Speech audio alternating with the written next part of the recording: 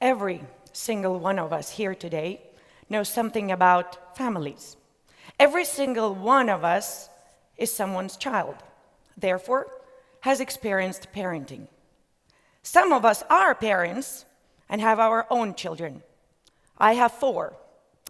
As human beings, we are all familiar with expectations.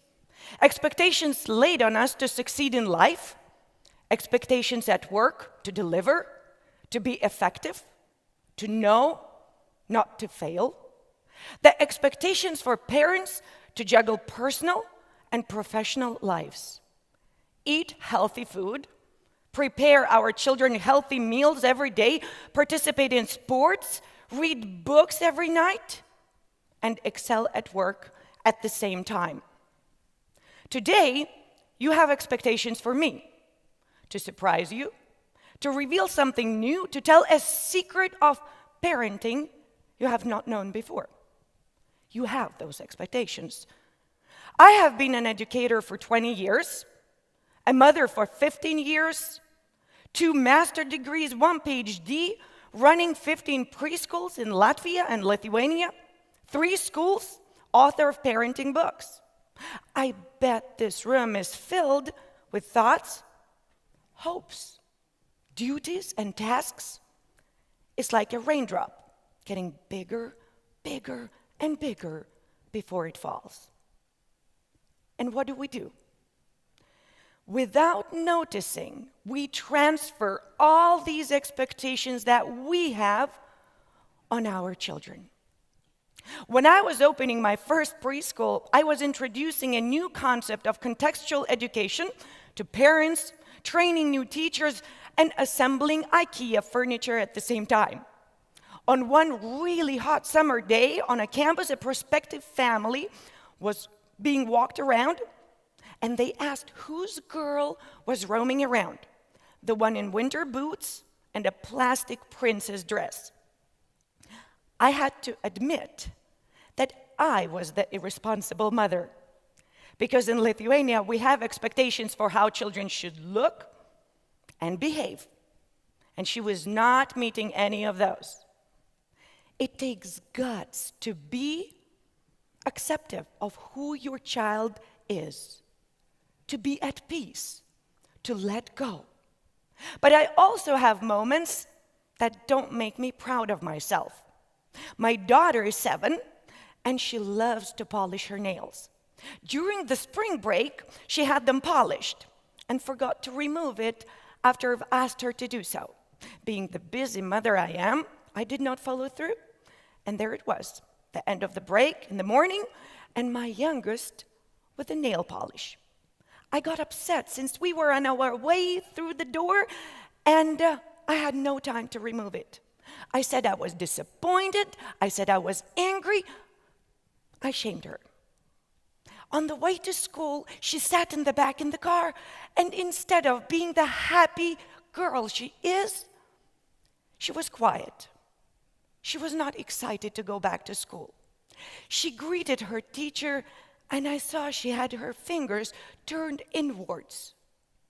She was so conscious about her nails. And I felt a stab in my heart.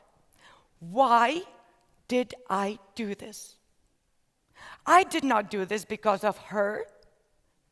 I did this because I was concerned and conscious of what the others will think of me. Credentials, education, and all. Just recently, I counseled a mother who was cooking 3 different dishes for her 3 children every day. She did not enjoy it. She was exhausted and she felt unappreciated. I told her to stop. Just stop it. It's been 2 weeks. She cooks 1 meal for everyone. Her children are still alive. She is much happier, both as a mother and as a human being. And it took so little to make a big change. The paradox is that more than anything in our lives, we want our children to be happy. We fear judgment. We fear disappointment. We fear failure so much that we have become constantly worried and stressed as parents. Today, we expect a kindergarten student to do what elementary students were doing just a decade ago. On one hand, we know that a child's brain undergoes an amazing period of development between 0 and 3, producing 700 neural connections every second. 700. We want to load this amazing speed train fully. Can anyone blame us? However, we forget one thing. Neuroscientists have also found that chronic stress triggers long-term changes in brain structure and function. Children who are exposed to chronic stress are prone to mental problems such as anxiety, depression, and mood disorders later in life, as well as learning difficulties. Famous psychologist Lev Vygotsky was the first to talk about the zone of proximal development. Children learn best when they're in the zone where tasks are not too easy and not too hard, where the goals are achievable with grit, determination, and passion.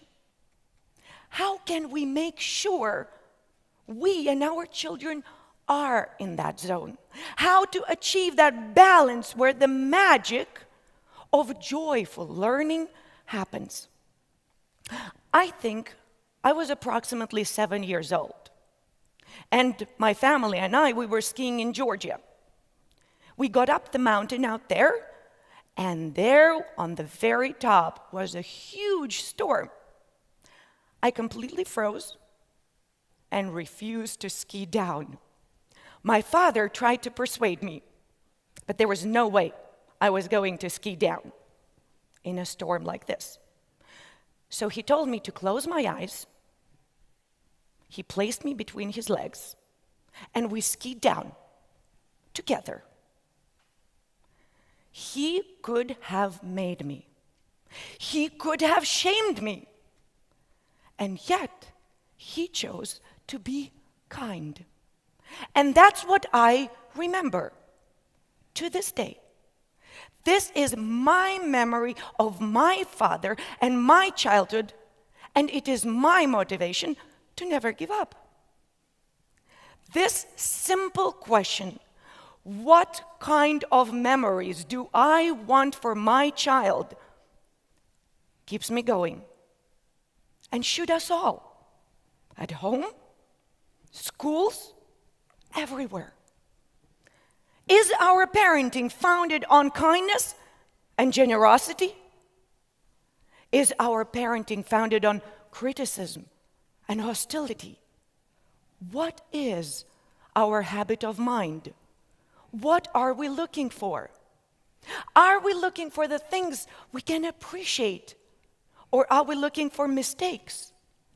Kindness makes our children feel loved. Not the degrees we have, not our concerns, not the number of after-school activities we take them to every day or homeworks we check. Kindness, that is our key story and key memory.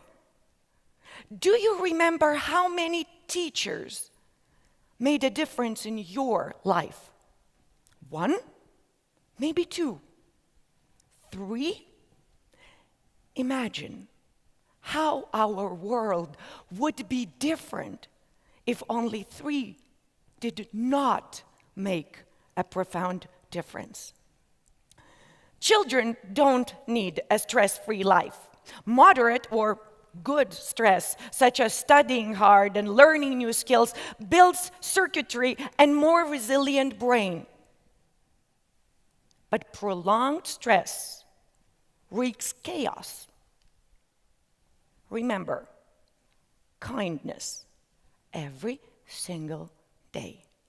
And for those already posing a question about encouraging laziness, I answer, no, it will not encourage this.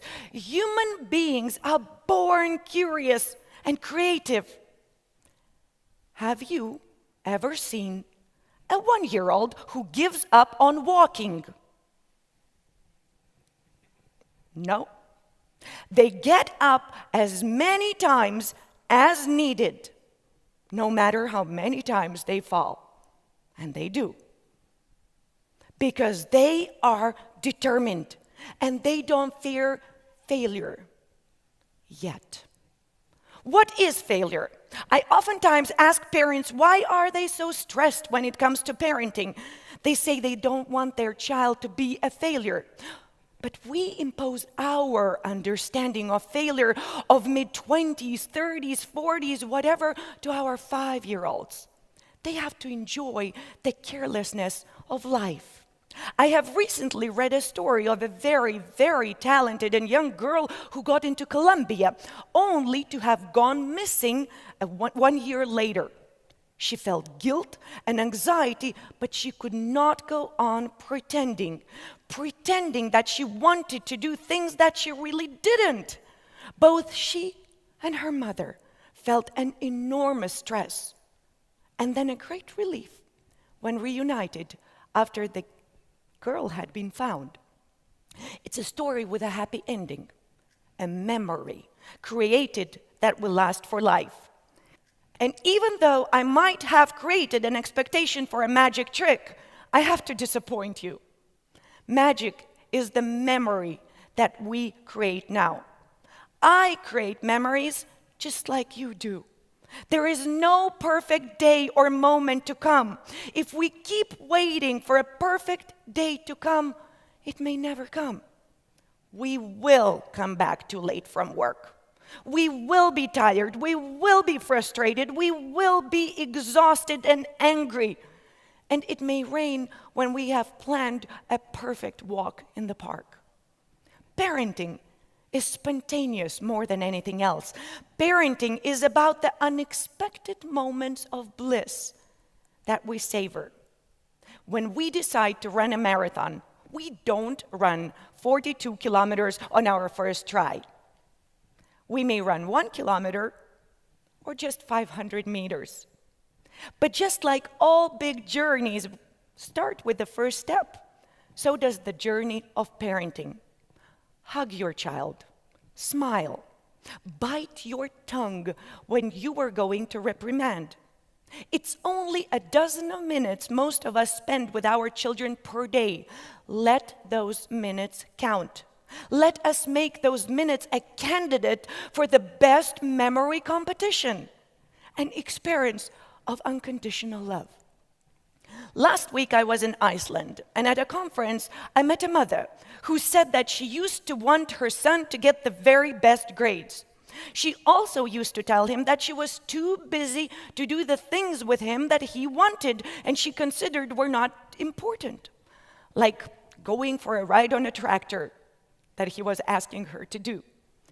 And then she realized that better grades were her expectations, and tractor was his. And tractor ride it was. After a while, his grades improved. She told me not about the grades.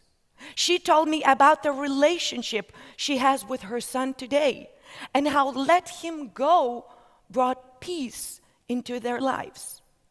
She was able to create an amazing memory. You don't need to not have expectations. Always do your best. And when you do your best, do better. Children will see it and will live by example. You won't need to say anything. But when it comes to them, think about the future. Think 10. Think 20 years from today. What do you want your daughter to remember? What do you want your son to remember? Teach them to ride a bike, to unsuccessfully bake a cake and giggle about it. Have a difficult conversation. Laugh today when you have gotten angry yesterday. Forgive, apologize. Teach values. Whisper, I love you more often than you think you should, and more than you have done before. Dare to create loving memories to last a lifetime. I have come to believe it's the one thing worth living for. Thank you.